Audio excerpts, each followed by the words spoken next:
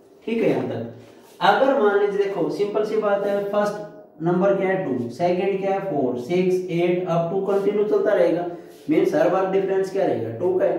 तो मैं कह सकता हूं let x is equal to 2n।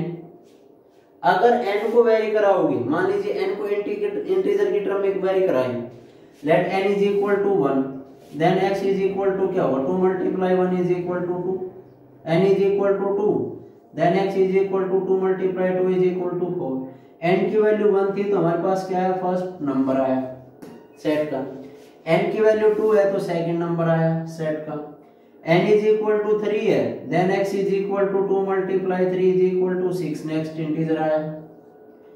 तो मतलब क्या है हमारे पास कंडीशन, 1 से स्टार्ट किया हमने, डॉट डॉट कहीं इनफाइनाइट तक जाएंगे, तो हर बार एक इंटीजर पुट अप करेंगे तो नेक्स्ट एलिमेंट मिल रहा है हमारे पास। तो इसको कंडीशन की टर्म में कन्वर्ट करते हैं। तो मान लीजिए कुछ नोटेशन भी बताए थे हमने, फिर से रिपीट कर रहा हूं। 2 वर्टिकल डॉट थे, means such that E belongs to, E does not belongs to, for every, जो भी था हमारे पास इस टाइप से, ये क्या था, कुछ नोटेशन यूज किया था। अगर मान लीजिए नोटेशन की बात करते हैं, सेट बिल्डर फॉर्म में चाहिए मुझे, तो सेट बिल्डर की टर्म में चाहिए, तो मैं कह सकता हूं एक सेट है हमारे पास, ए सेट नाम दिया, कर्ली ब्रैकेट स्टार्ट। सेट जब होगा जब आपके पास कर्ली ब्रैकेट्स के अंदर एलिमेंट होंगे, और जो सेट्स का नाम है वो कैपिटल अल्फाबेट या कैपिटल लेटर्स के अंदर होगा, जो भी होगा। तो यहां से मैं कह रहा हूं x सच दैट, अब x क्या मानना आपने, x मानना है 2 टाइम्स ऑफ n मानना है, then x is equal to 2 times of n comma. अब n की वैल्यू कहां से कहां तक वेरी हो रही है, n की वैल्यू ग्रेटर देन 1, या फिर मैं कह सकता हूं n belongs to natural number, n belongs to natural number. तो ये क्या आएगा आपके पास, सेट बिल्डर की फॉर्म में आया नहीं है। अगर मान लीजिए लास्ट एलिमेंट, देखो हमने कहा कंडीशन अप्लाई नहीं किया, या हमने लास्ट एग्जांपलों के अंदर किया था n इज लेस देन 1 या ग्रेटर देन 1, 0 जो भी था आपके पास इस टाइप से, ग्रेटर देन और लेस देन, वो कंडीशन कब सेटिस्फाई थी, जब आपके पास लास्ट इंटीजर या लास्ट ऑब्जेक्ट या लास्ट एलिमेंट इवन होता है। अब की बार क्या हमारे पास dot dot dot means continue चलता रहेगा, कंटिन्यू चलता रहेगा, तो एक पर्टिकुलर वैल्यू तो नहीं है लास्ट आपके पास क्या है क्या नहीं है। तो मैं कह सकता हूं n belongs to natural number. अगर नेचुरल नंबर में मर्जी चाहे जो एलिमेंट उठाओ, यहां वैल्यू पुट अप कराओ, तो डेफिनेट इंटीजर जनरेट कराएगा सेट से बिलोंग कराएगा वो इंटीजर, वो एलिमेंट। तो मैं कह सकता हूं x such that x is equal to 2 times of n belongs to integer. वो क्या होगा आपके पास, एक सेट बिल्डर फॉर्म में कन्वर्ट हो गया गिवन एलिमेंट। क्लियर यहां तक। उसके बाद नेक्स्ट पार्ट है, जैसे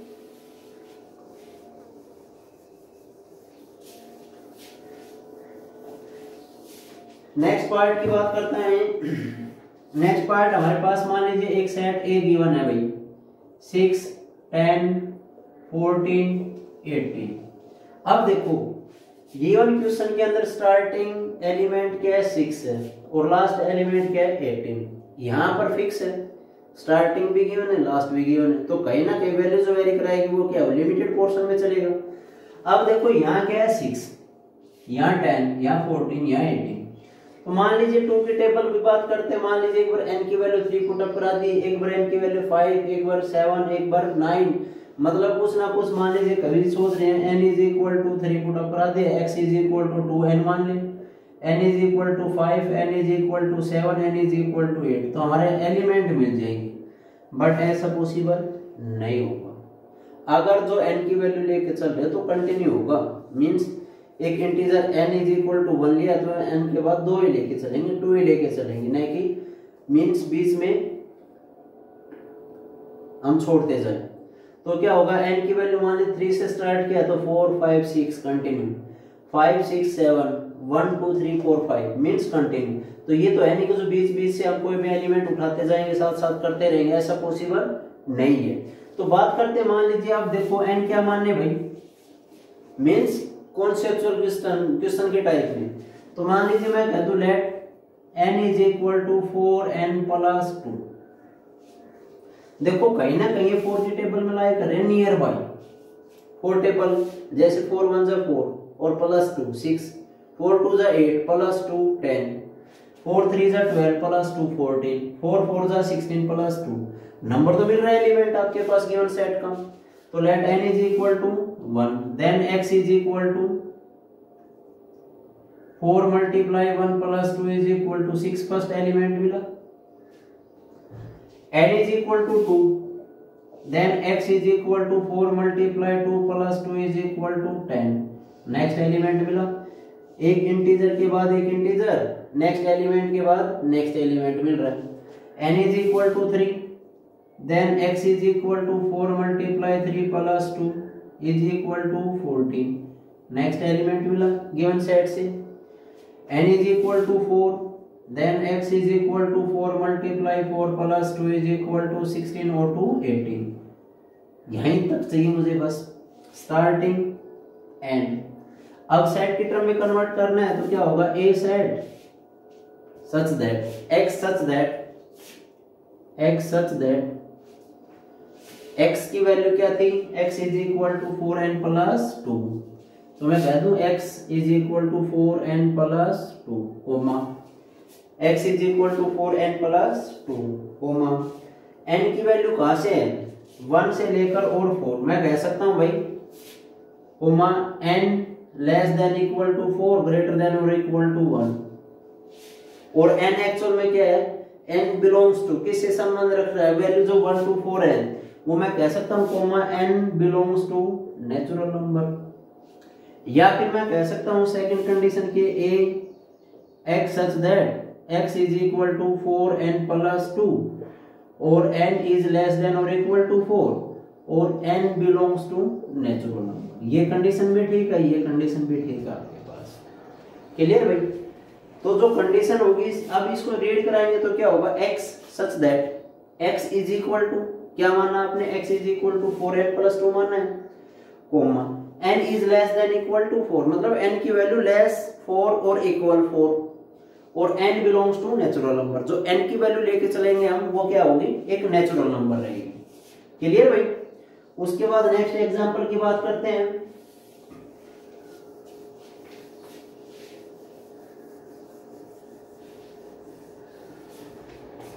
नेक्स्ट एग्जांपल के अंदर क्या गिवन है भाई, मान लीजिए ए सेट है, एलिमेंट क्या गिवन है, 1/4 1/8 1/16 1/32 1/64, यही। तो सिंपल सी बात है, देखो भाई 1/4 4 का डबल, ठीक है 8 आ गया, यहाँ 8 का डबल हो रहा है, यहाँ 16 का डबल, तो ये तो नहीं है। मैं कह दूं 1 नोमिनेटर के अंदर तो क्या है, फिक्स 1 है, तो क्या मैं मान सकता हूं x is equal to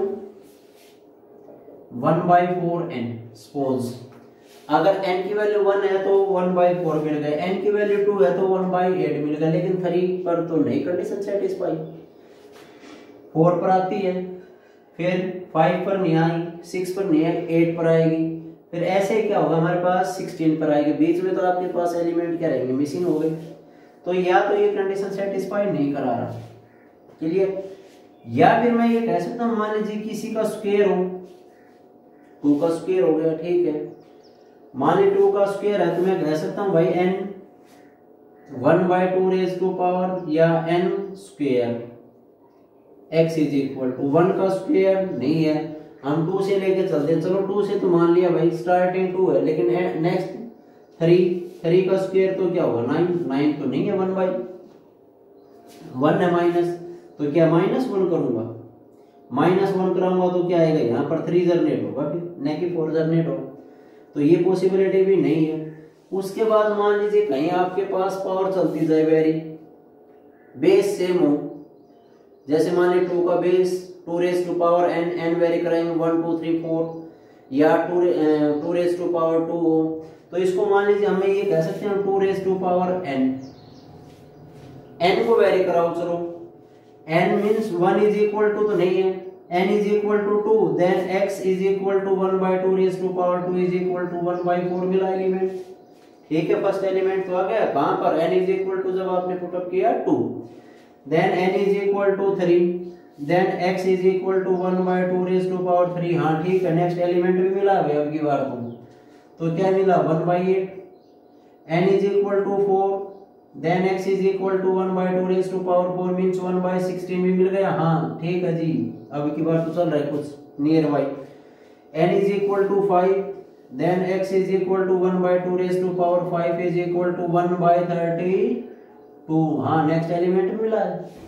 n is equal to 6, then x is equal to 1/2 raised to power 6 is equal to 1/64। हाँ नेक्स्ट एलिमेंट मिला। तो ये कंडीशन ठीक है आपके पास। तो क्या कहेंगे, a set x such that x is equal to 1/2 raised to power n, 2 raised to power n 1 और comma n less than equal to कहाँ से 6 से और ग्रेटर देन और इक्वल टू 2 से और n belongs to natural number. तो वो क्या रहेगा आपके पास, गिवन सेट बिल्डर की फॉर्म को कंडीशन को सेटिस्फाई कराएगा। ठीक है भाई यहाँ तक। उसके बाद नेक्स्ट पार्ट कर सकते तुम, ऐसा ही है नॉर्मल। तो ये क्या होंगे आपके पास, सेट बिल्डर की फॉर्म में क्वेश्चनों को सोल्व करना। उसके बाद मान लीजिए आता है नेक्स्ट क्वेश्चन के अंदर ट्यूबुलर मेथड या रोस्टर मेथड। नेक्स्ट क्वेश्चन क्या गिवन है, rewrite the following set by listing of all element. तो कहां लिस्ट किए थे, रीराइट किए थे रोस्टर मेथड की टर्म में। तो पहला क्या था, set of first part, next question set of all positive integer which are common factor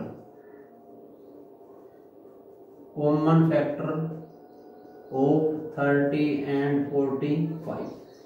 30 और 45 के कॉमन फैक्टर, मतलब बात करते हैं कॉमन मतलब जो 30 का फैक्टर हो और 45 का भी हो। तो मान लीजिए मैं कह रहा हूं 30 के लिए भाई 1 2 भी है फैक्टर, 3 5 6 10 15 और 30, यही फैक्टर है नहीं हमारे पास कॉमन 30 के, मतलब कॉमन सॉरी 30 के टोटल फैक्टर। उसके बाद बात करते हैं 45 के फैक्टर, 1 3 5 9, उसके बाद 15 और 45, यही आपके पास। अब बात करते हैं कॉमन फैक्टर, कॉमन जो यहाँ पर भी है और यहाँ पर भी है। तो 1 यहाँ पर भी है, 1 यहाँ पर भी है, पहला पार्ट। 3 यहाँ पर भी है, 3 यहाँ पर भी है, 5 यहाँ पर भी है, 5 यहाँ पर भी है, 15 यहाँ पर भी है, 15 यहाँ पर भी है। तो कॉमन फैक्टर क्या होंगे भाई, कॉमन फैक्टर क्या है आपके पास 1 3 5 और 15, वो क्या होंगे कॉमन फैक्टर ऑफ 30 एंड 45। इस टाइप से आपने रीराइट करने, मतलब listing of all elements.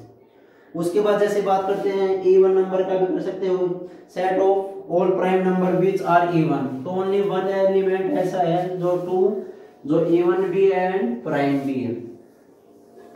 Means next part क्या होगा, मान लीजिए ए सेट और 2, अगर कंडीशन क्या हो ए और 2 इवन भी और प्राइम भी, अगर पूछा जाए further which type of given set, तो किस टाइप का गिवन सेट है जिसमें एक एलिमेंट है, वो क्या होगा आपके पास सिंगलटन सेट।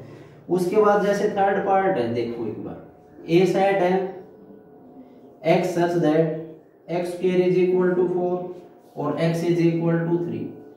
हमें x की वो वैल्यू लेके चलनी है जो इस कंडीशन को सेटिस्फाई कराए और यहाँ पर भी। तो इसको सिंपल सोल्व किया, then x is equal to क्या होगा +-2 और x is equal to 3। तो सेट A के एलिमेंट क्या होंगे, कोई नहीं है, क्योंकि ये हमारे पास 3 के इक्वल x की वैल्यू और ये पॉजिटिव नेगेटिव 2 कर रहा है, तो कोई भी एलिमेंट आपके पास कॉमन नहीं है तो क्या होगा 5, या फिर नल सेट, इसको क्या कहेंगे हम, नल सेट। तो इस टाइप के क्वेश्चन जो लिस्टिंग ऑफ ऑल एलिमेंट्स है आपके पास कर सकते हैं शायद, ठीक है। उसके बाद नेक्स्ट क्वेश्चन की बात करते हैं, जैसे एक क्वेश्चन गिवन हमारे पास x such that x belongs to z और x square less than 20। x की वो वैल्यू लेके चले जहां लेस देन 20 वैल्यू सेटिस्फाई कराए। मतलब भाई क्या होगा, x इज इक्वल टू 0, क्या एक इंटीजर है 0, x बिलोंग्स टू इंटीजर, मतलब x की वो वैल्यू इंटीजर हो आपके पास, ठीक है। तो यहां से क्या होगा 0, मीन सेट के साथ साथ डालते जाते हैं 0, x की वैल्यू 1, 1 का स्क्वायर लेस देन 20, मीन्स 1 का स्क्वायर लेस देन 20, 1 भी आ गया, नेगेटिव 1 का square also negative 20 less than 20, तो मीन्स नेगेटिव पॉजिटिव 1 हो गया, ऐसे positive negative 2, positive negative 3, positive negative 4, positive negative 5, 25 हो गया, greater than 20 not less than 20। तो ये क्या होंगे आपके पास सेट। तो इस टाइप के आपने क्वेश्चनों को सिंपल सोल्व करना है।